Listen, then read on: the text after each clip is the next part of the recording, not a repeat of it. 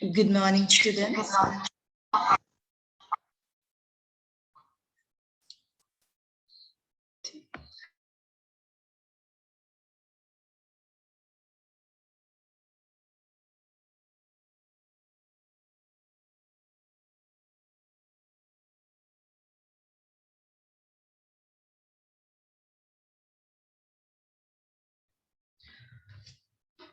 Okay, now I think you can hear me. Can you all see the R console? Yes, miss. Okay, so right. So today I'm going to discuss about how to do the variable selection methods using R. So if you can remember, we have been discussing about the forward selection, backward selection, and stepwise selection method. So that is when you have so many X variables and when you're going to fit your regression model, how to select the best set of variables to come up with an accurate model. So you can use any of these methods. And you will see when we do this example, you'll come up with the same model, no matter what is the method that you use.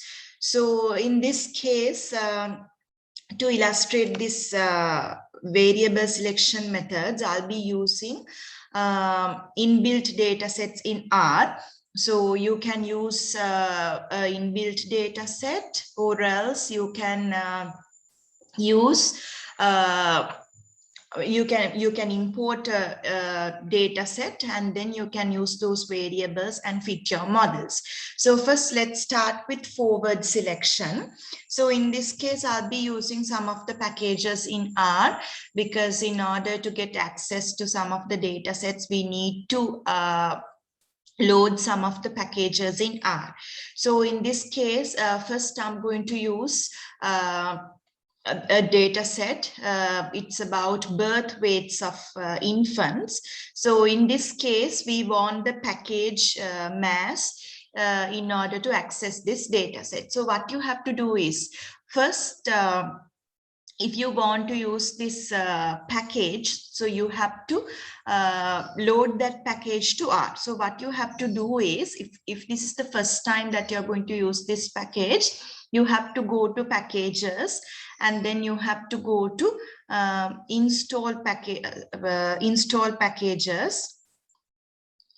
So if you use this method, install packages from local zip files, you have to download this package, and then you have to select that package from wherever you have saved your zip file, and then you will see the package will load to R. If not, you can just do it here. You can go to packages and install packages. And in this case, you will see a pop-up window. If you are doing this for the first time, you will see a list of countries. It'll take a while. Let's see.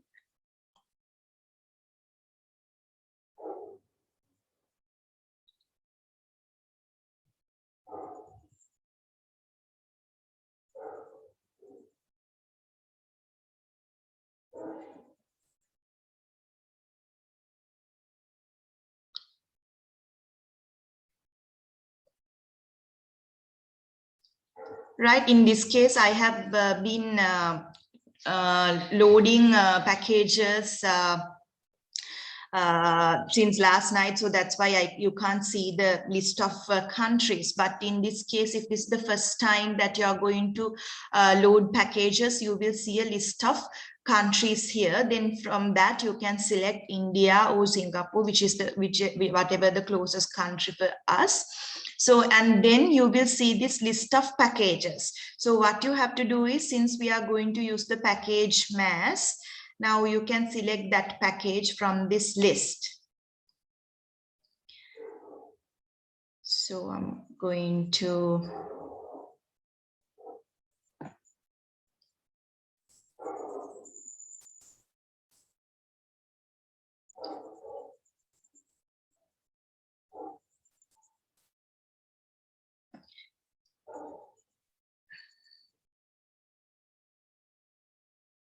Yeah, so this is the package that we are going to use. So you can select this package from the list and okay that. And then the package will be loaded to R. And then after get it loaded, so you have to still it's working.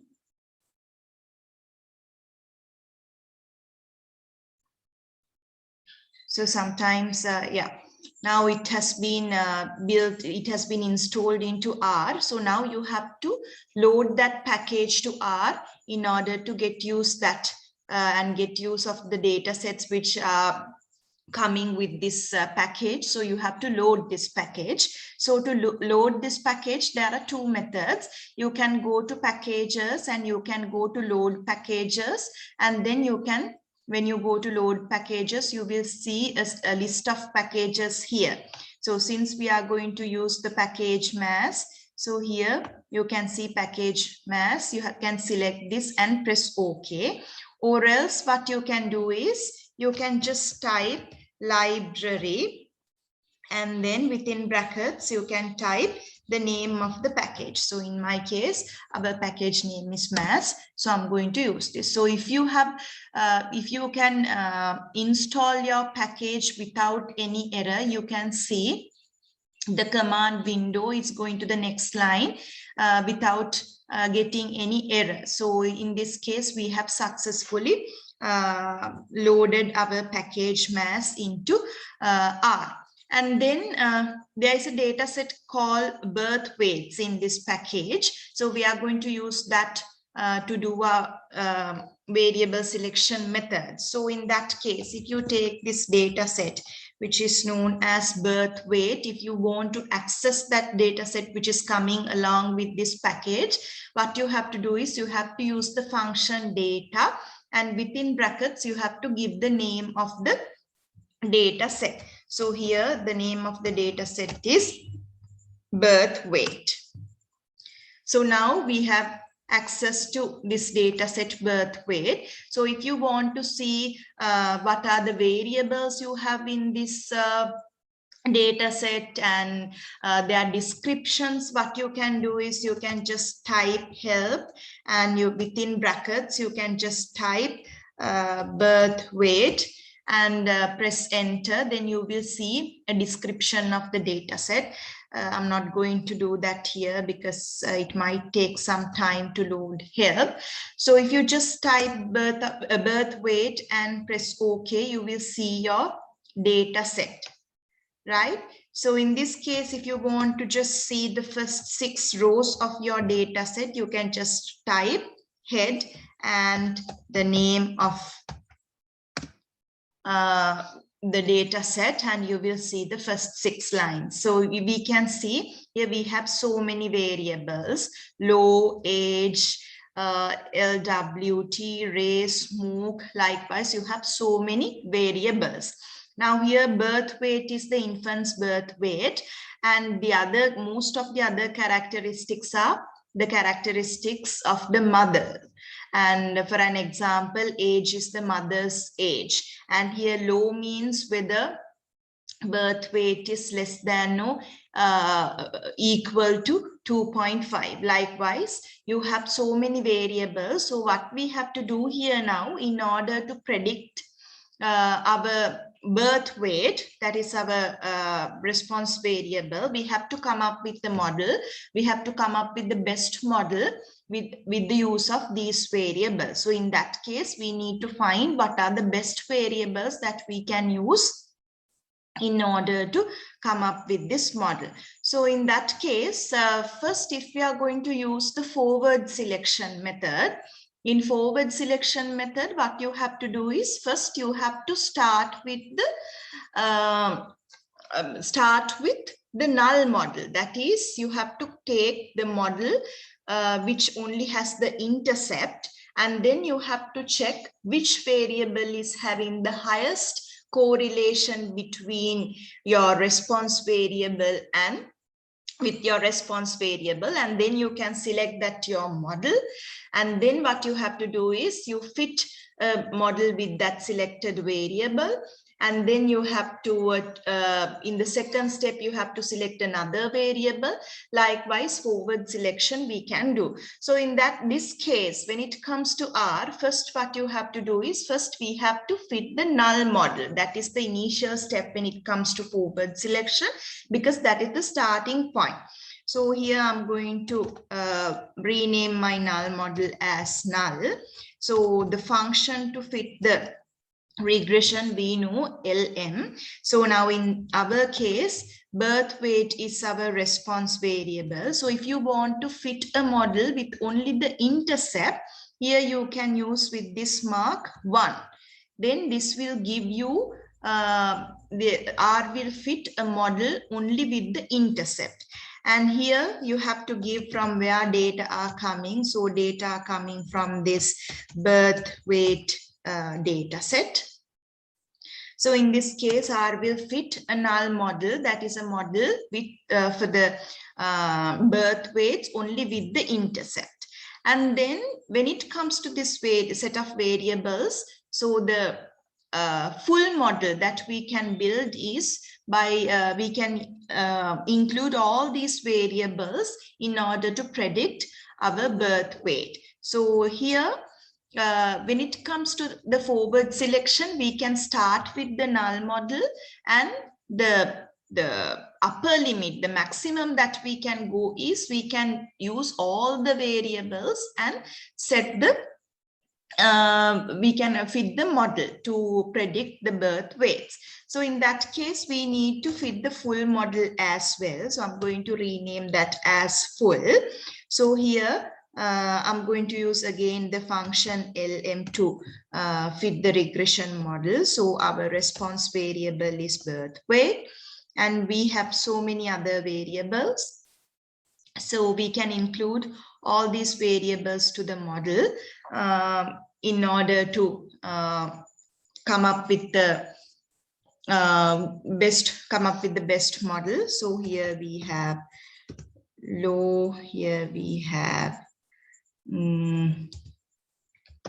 age, here we have LWT, and then we have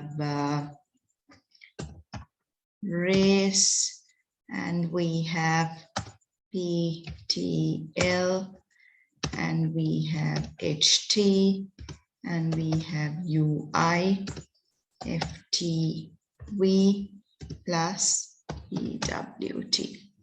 So likewise, you can come up with the full model, and then this data are coming from birth weight. So here you can just come up with the full model and the null model. And in that case, you will see if you just call your null model and just have a look on summary. Here you can see in the null model, you have only the intercept value. So as you can do the same thing. Here, if you use this one, you will see when it comes to the full model, again, you have here some of the variables are significant and some of the variables are not significant.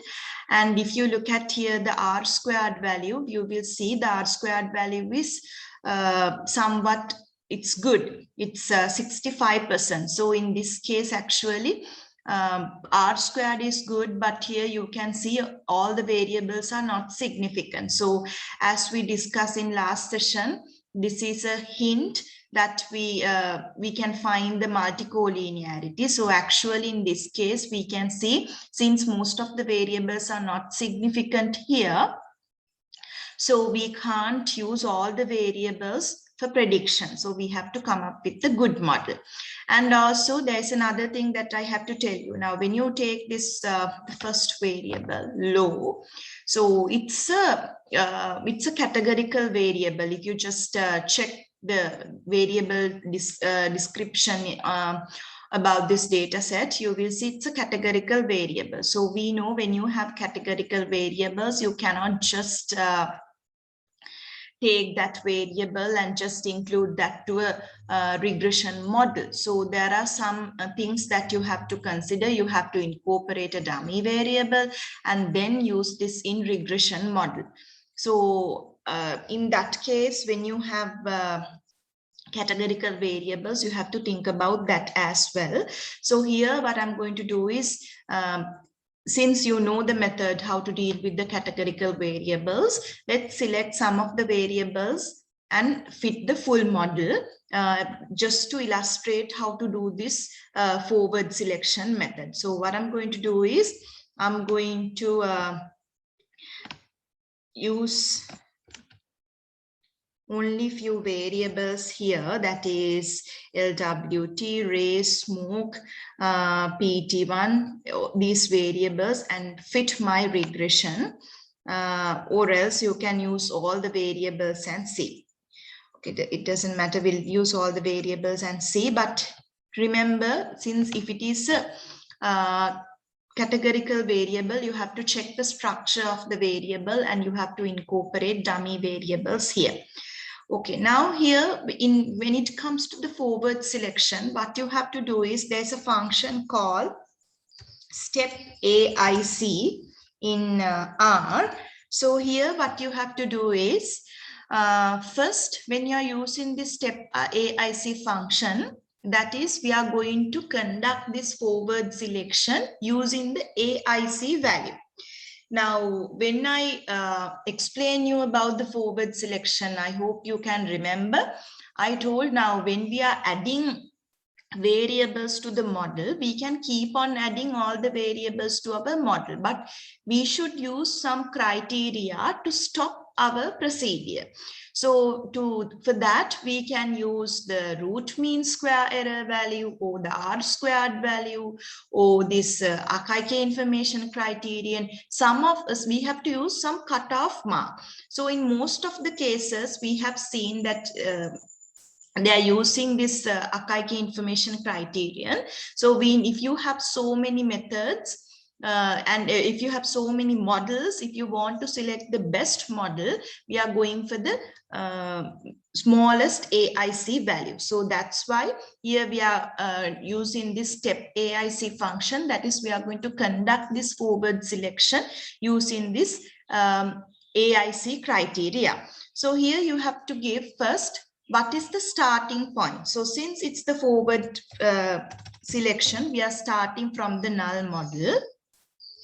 And then you have to give the scope. Scope means what is the starting point, and what is the lower bound and what is the upper bound. So in our case, the lower bound would be the null model and upper bound would be the full model. That is where you can stop, right? And then what you have to do is, you have to give the data set. So the data are coming from this birth weight data set, and then you have to give the direction, whether it's forward, whether it's backward or stepwise. So here we are going to use this forward selection. So you have to give this direction as forward, and then yeah. So you will see, then when you press enter, you will get the output like this. So it's like this. Now, when you look at the first output here, you can see they have started with the null model. So when you have only the response variable birth weights, the archaic information criteria is equal to 2492.76. So then we can add any of these variables which are in our data set. So if you look at this output, you can see if you add low variable to the model, the AIC value is 2313.9. If you add UI variable to the model, 2478. Likewise, you can see when you add each of these variables, they have given you the archaic information criterion.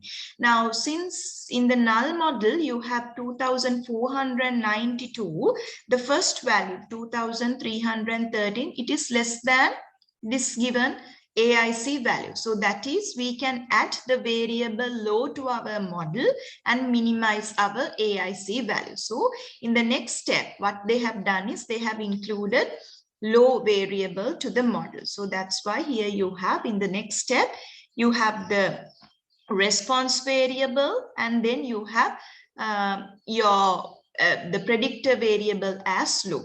So there the AIC value is 2313.91, and then in this case, when you add the remaining variables to the model, you can see how the AIC value is changing. So if you add UI, AIC value is 2303.9.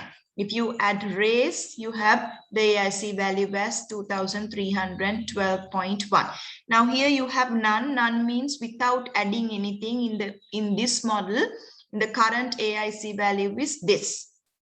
So you can see when you add UI and race variables, we can minimize our AIC value. So since we are adding only one variable at a time, as the next step, we are going to add the variable UI. So in the next step, when you have low variable in the system, and also you have the variable UI in the system. So you can see when you add this, the next variable, raise to the system, the AIC value is 2302.3, and none, that is in the model right now, AIC value is this. So if you add HT variable, AIC value is 2304.7. So we can see if you add this variable raise, we can minimize our AIC value. So in the next model, we are going to add race variable to our model.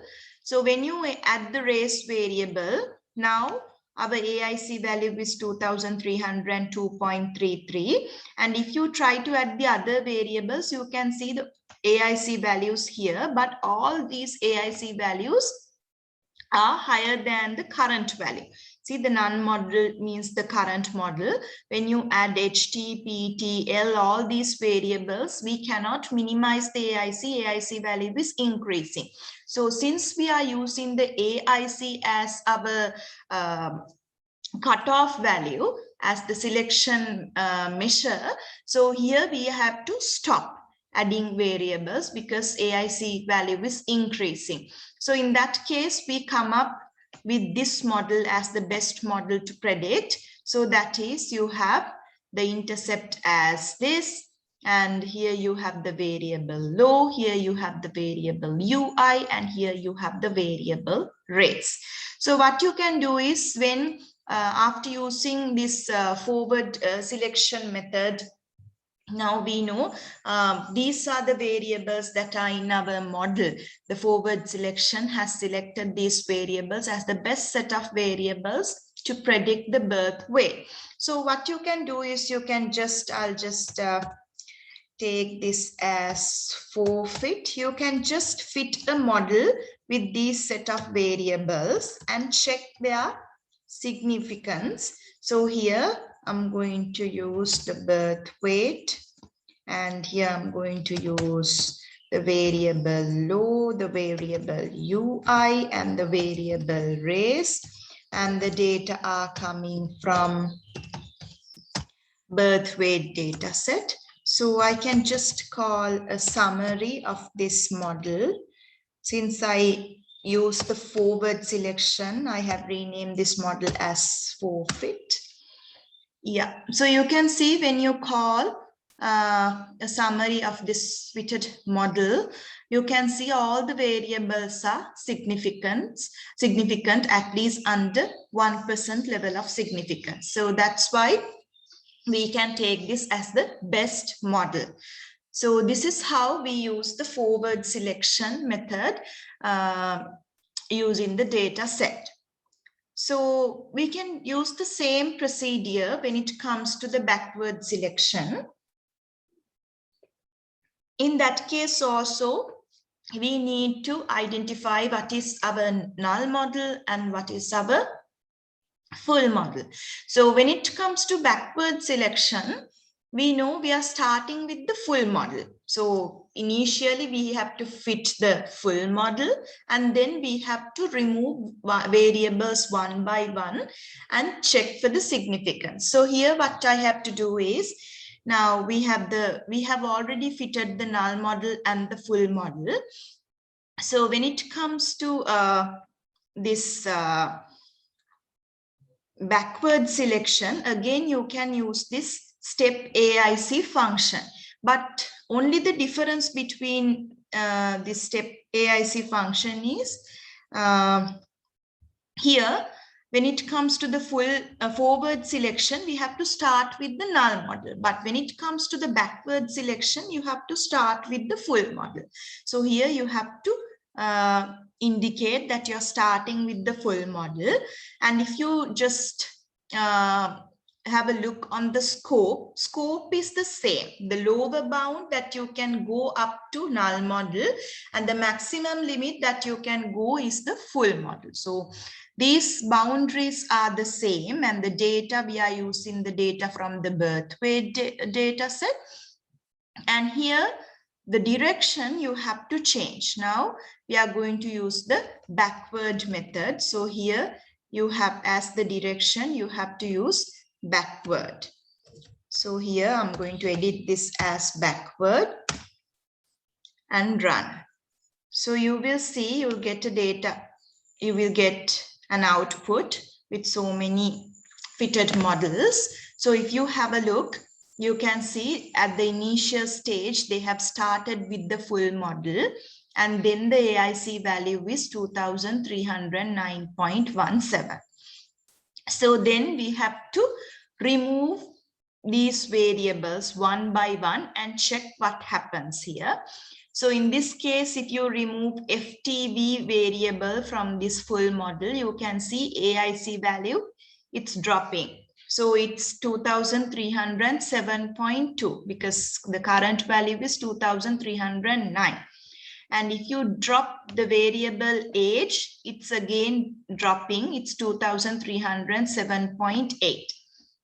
If you drop PTL, it's again dropping 2307.8. Likewise, you can see what happens when you drop variables from the model.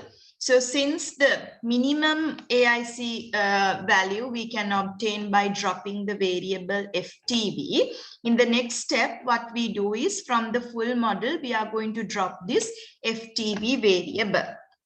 So you can see in the second step, you can't see the variable FTV. They have dropped that. So let's see, when you drop that variable, the AIC value is now 2307.2. And then now we have to check what will happen when you drop the remaining variables from the model. So if you drop the variable age from the model, AIC value is 2305.9. If you drop PTL, again 2305.9. Likewise, you can see what's happening here.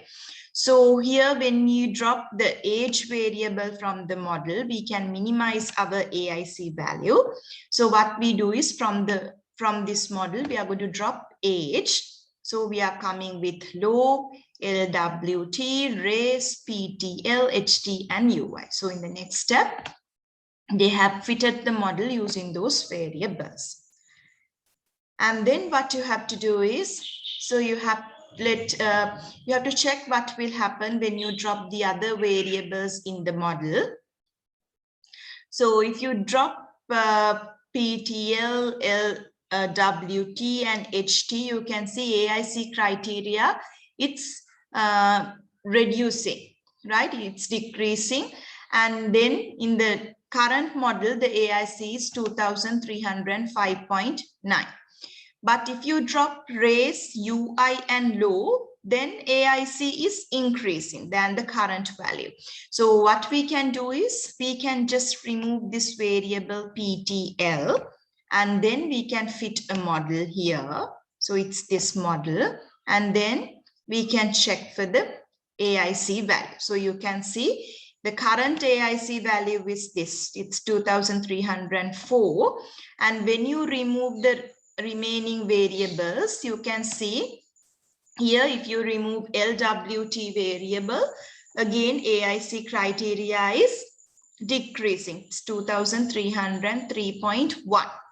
So because of that, we can remove LWT and again fit a model with the remaining values, and then we can see what will happen. So here you can see when you remove the variable HT, again the AIC value is decreasing than the current value.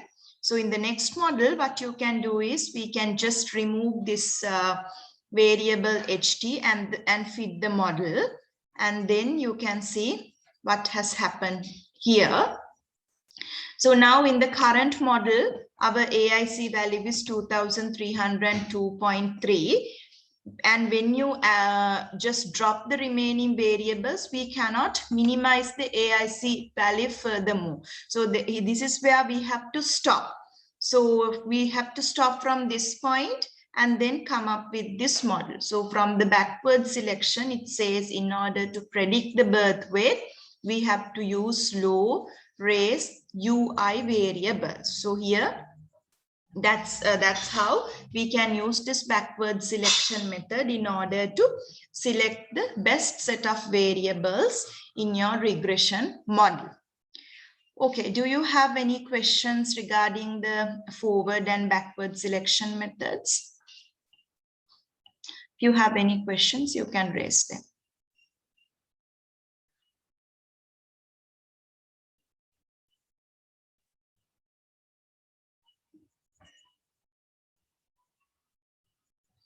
And I have another thing to tell you, that some of the students have sent me their tutorial too, because there was the Cal was not working properly yesterday. So I received all of those tutorials, so you don't have to worry. You'll get marks for that. And for those who have submitted to Cal, those tutorials are also with me. So I didn't reply to all the students who have sent me the tutorial via email. So I have received them, so you don't have to worry about that.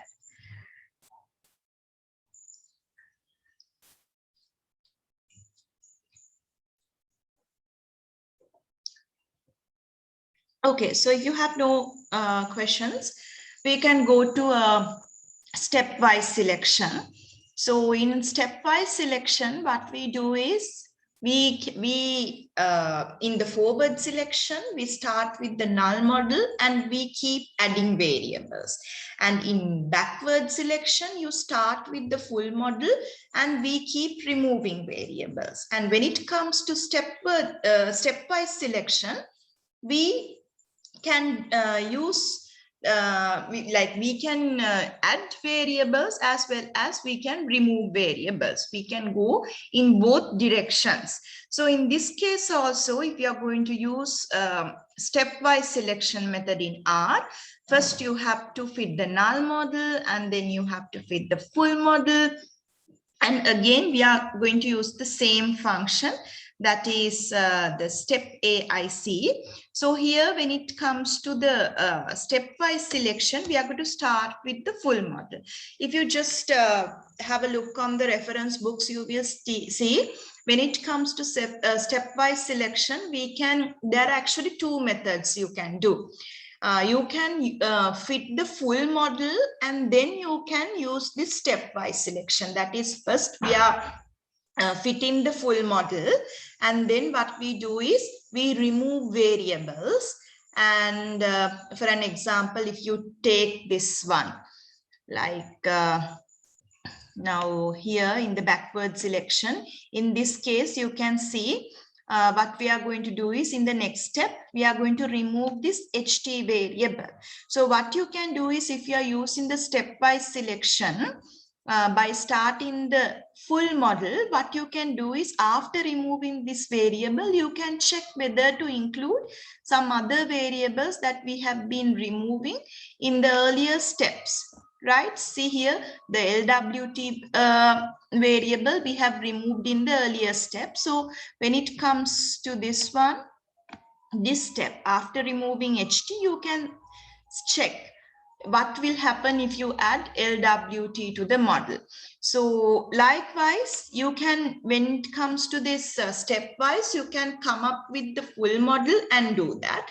Or else you can start with the null model, you can add variables and then you can remove variables in the middle steps. So that's up to you. So here I'm going to use the null model as my starting point. If you want, you can make it as full. And then the scope is our lower limit is null, our upper limit is full, and the data is coming from the birth weight data set. And here as the direction, if you are going to use the stepwise selection method, we are going to use both as the direction. Okay, so I'm going to run this. You will see when you run that, this output. Now what happens here, since I started with the null model, you can see for the null model, AIC criteria is this. So since I have the null model, I have to add a variable to my system now. So what they have done is they have checked the AIC value for adding each and every variable. So you can see if you add the variable low, the AIC value is 2313. It's less than this one. So in the next step, we can add the variable low to the system. And then what they have done is they have again checked what will happen if you add these variables or if you remove.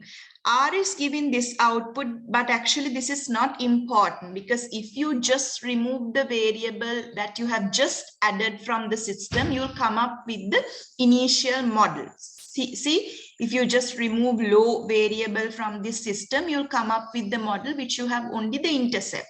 So when it comes to the stepwise selection, we don't remove the variable that we have just added.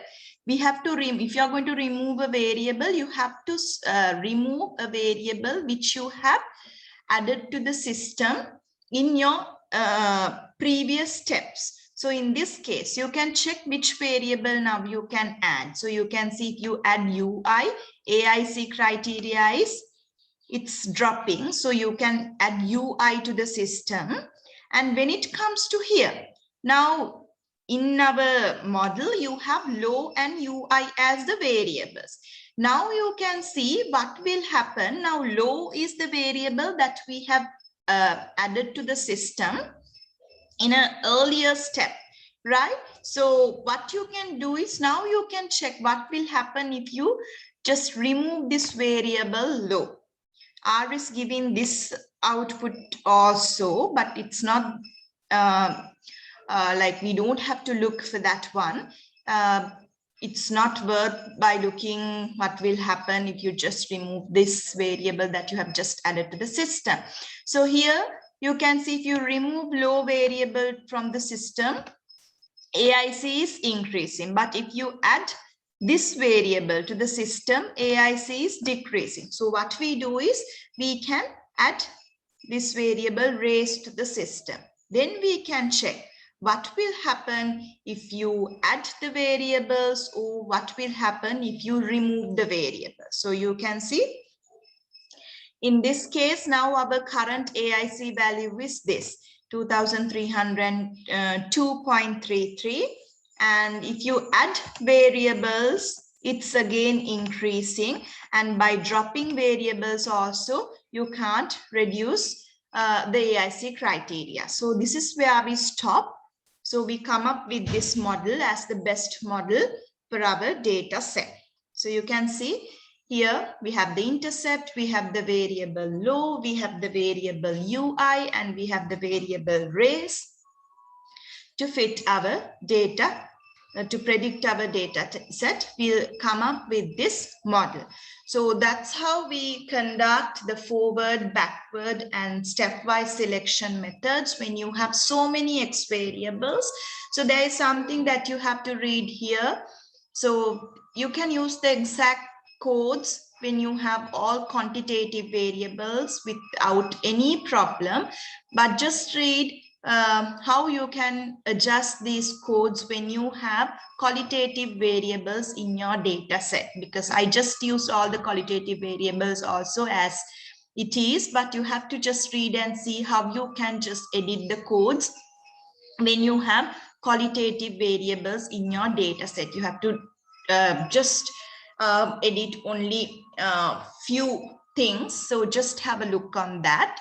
So in your exam, if I give you this model outputs, like if I give you the data set, if I tell you these are the variables that you have in your data set, and if I give you these model outputs, not in the proper order, you should be able to use any method you like, the forward, backward, or stepwise method, and then you should be able to come up with the best model. So you have to check the AIC criteria and come up with the best model, right? So for that, you have to be very familiar with these outputs. So that's how we conduct the variable selection methods with R. Okay, with that, do you have any questions? Is that clear?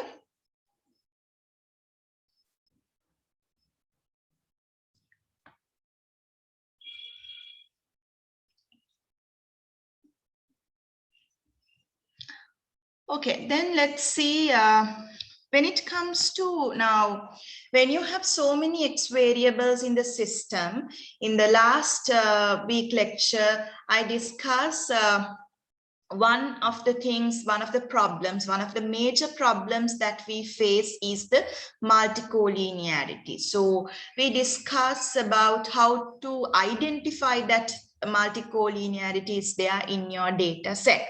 So I'll just give you an example. Here I'm going to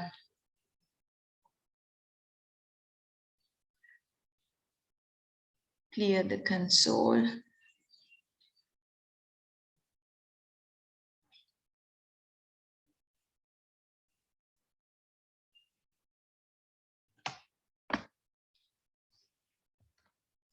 Right. So here we'll be using some of the functions again to illustrate this example. So these functions are coming with the two packages, tidyverse and caret. So first you have to install these two packages into R. So the same steps you can use. You can go to packages and you can go to install packages and select this the name of this package, and then what you have to, since I have already selected this, then you have to use library, and within brackets you have to give the name of the package. So the first package name is tidyverse. So here you can use library tidyverse to load the package. And here the next package that I'll be using is caret. So here you have to, if you want to load the packages, you can use these commands, these inbuilt functions, library, or else you can go to packages, load package, and use that command. So here in this packages, by installing these packages, we can get the access to a data set called Boston. So I'll show you. So if you just want to have a look on the variables of this data set, so you will have these variables. So it's about, you can just have a look, what are these variables, what is this age value, what is this CRIM, ZN, all these values, you can have a look. So this is actually about the median price of the households. So in this case, we are going to take this MEDV as our response variable. So we want to fit a regression model with the use of other variables to predict this MEDV value. So in this case, what you have to do is normally when we are doing model building, when it comes to data mining as well, when you have a data set, first what you do is first we take some of the data points and then we use those data points to build our model. And then we keep another subset of our data. So after building our model, we have to use that data set to check the accuracy of the model. So here, we call that as the partition of data as the training data set and the test data set. So in this case, what you can do is here we are using a function called set.seed. So I'll give this as 1, 2, 3. Why we are using this set.seed? Because here in R, what they do is when we run these functions, R will take this data set and we are going to ask R to take 80% of this data to build our model and to keep the remaining 20% to test the model. So in that case, so if I'm going to run this model with the use of codes right now, you will see if you use the exact codes and if you run it again, you will get two different outputs, because here, when you divide the data set as your training data set and test data set, R is doing that randomly. So it's reproducing your data. So the values are changing a bit. So if you want to reproduce your value, you have to use this set.seed function. So first, what I'm going to do is I'm going to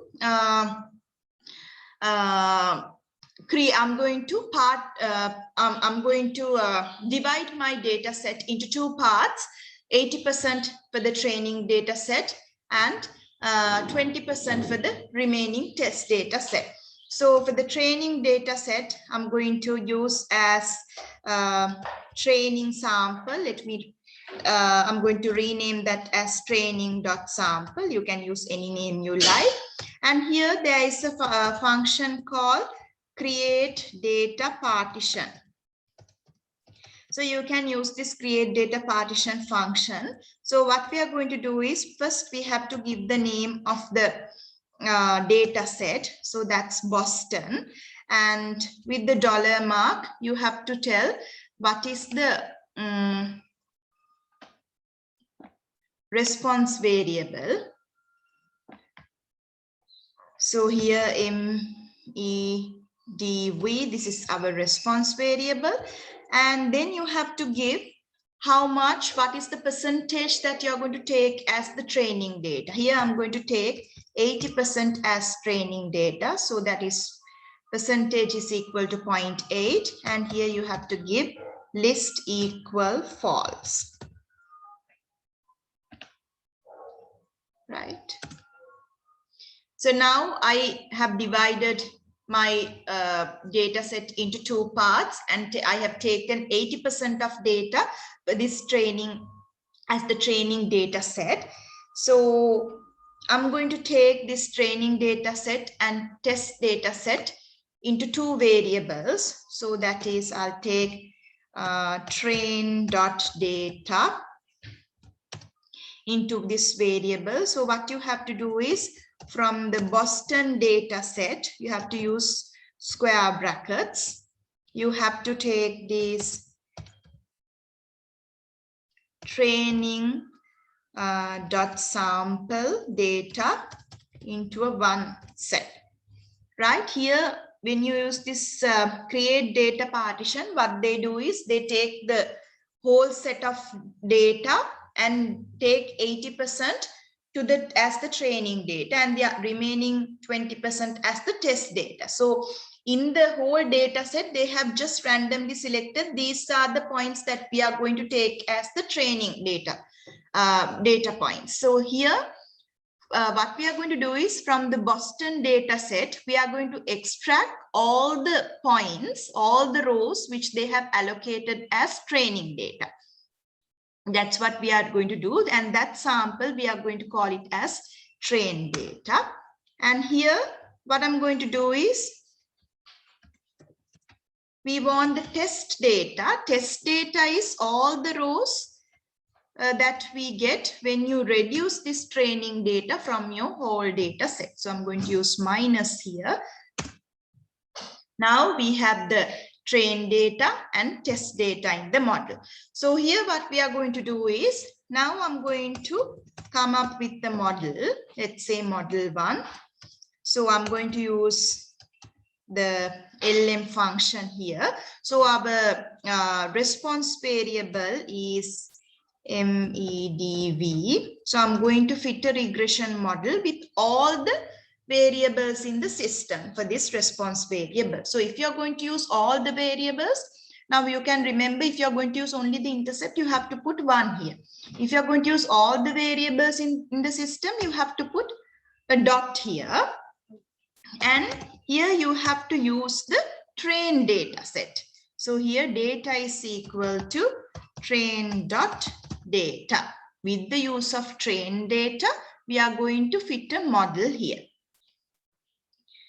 So this is the model. So if you want to have a look on the model, you can just call summary and model 1 and have a look. So you can see R squared value is 73%, and you can see even though R squared value is a high value, some of the variables are not significant. See, this indus variable is not significant and age is not significant. So there is a problem in the data set. So a high R square value, but some of the variables are not significant. That is, we have a small hint saying that there is multico-linearity. So what we can do is, now with the model, we can check the accuracy of the model. So what you can do is, you can predict the values. So we'll take this as the predictions. To predict the values, we know we can use the function predict. So in the function predict, we are going to use the fitted model, that is model 1, and we are going to use a new data set. We are going to use the test data set to predict the model. So for that, we have to indicate new data equal, we are going to use test data set, test.data for the predictions. And in this case, here what you can do is, you can just obtain the root mean square error and R squared error for this predicted model. So what I'm going to do is, I'm going to put the root mean square error and R square error for the predicted model to a data frame. So here,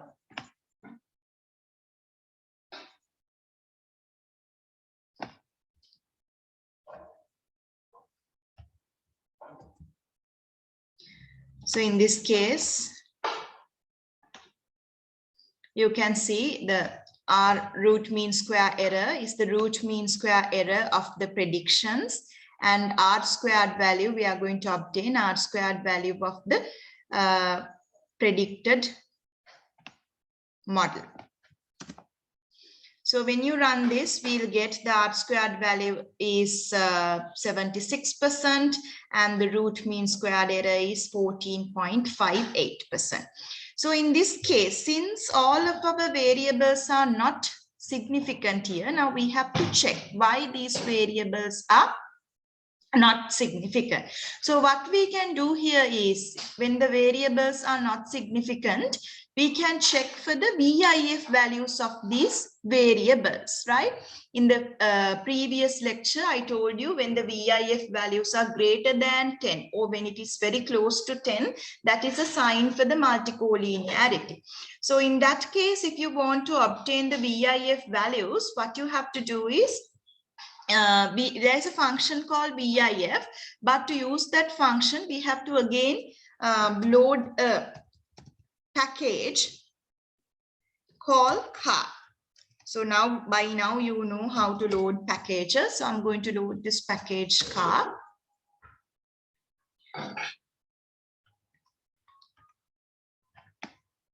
Sorry, this is here the library, wrong spellings.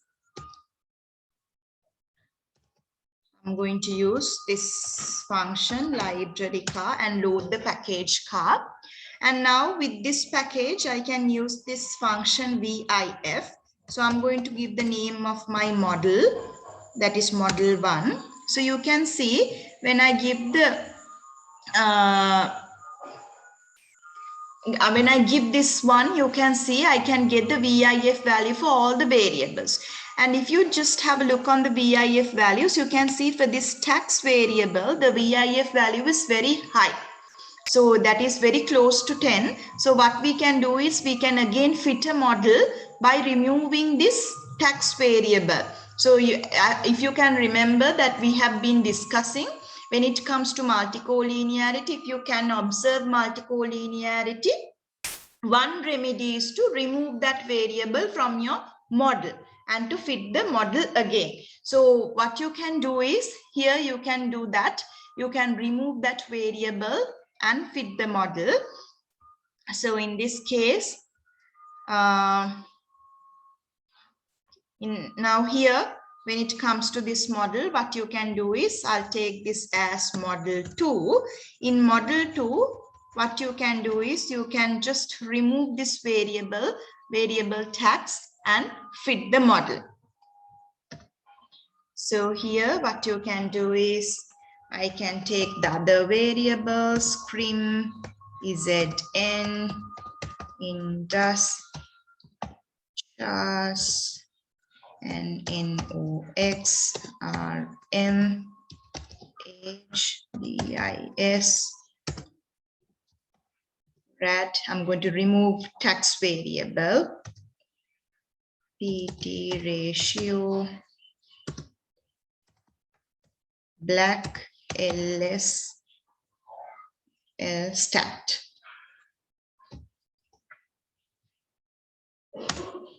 So this is our model 2. Now you can check the R squared value and root mean squared value of the model 2. So for that you have to predict this model 2 using your test data set. So you can just use the same code by just editing this for model 2.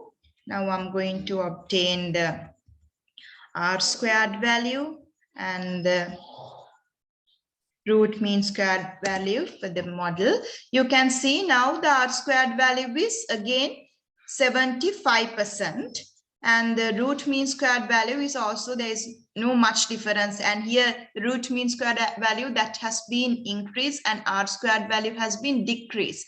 So even though we can see that tax variable is having a high VIF value, even though we remove that variable, we cannot come up with a good model here.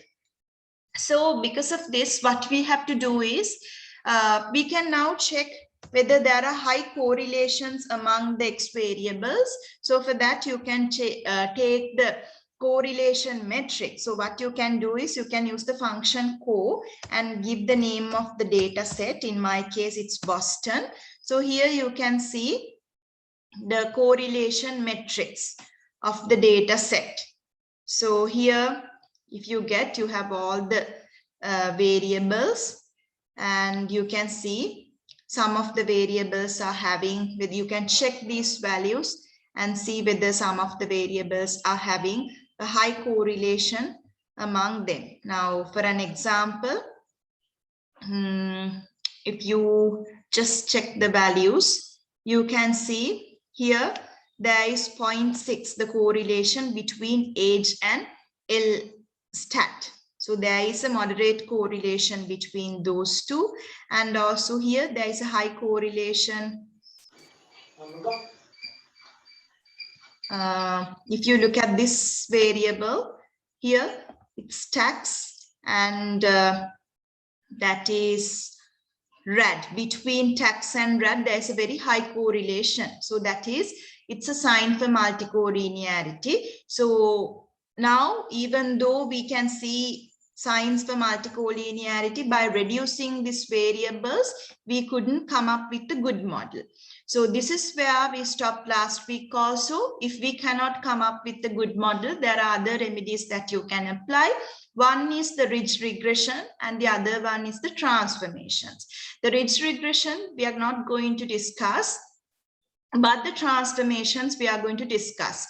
So I think we'll stop from this point, because after discussing the transformations, we'll see how to come up with a good model and how to use codes in R to do the box-Cox transformations. Okay, with that, do you have any other questions?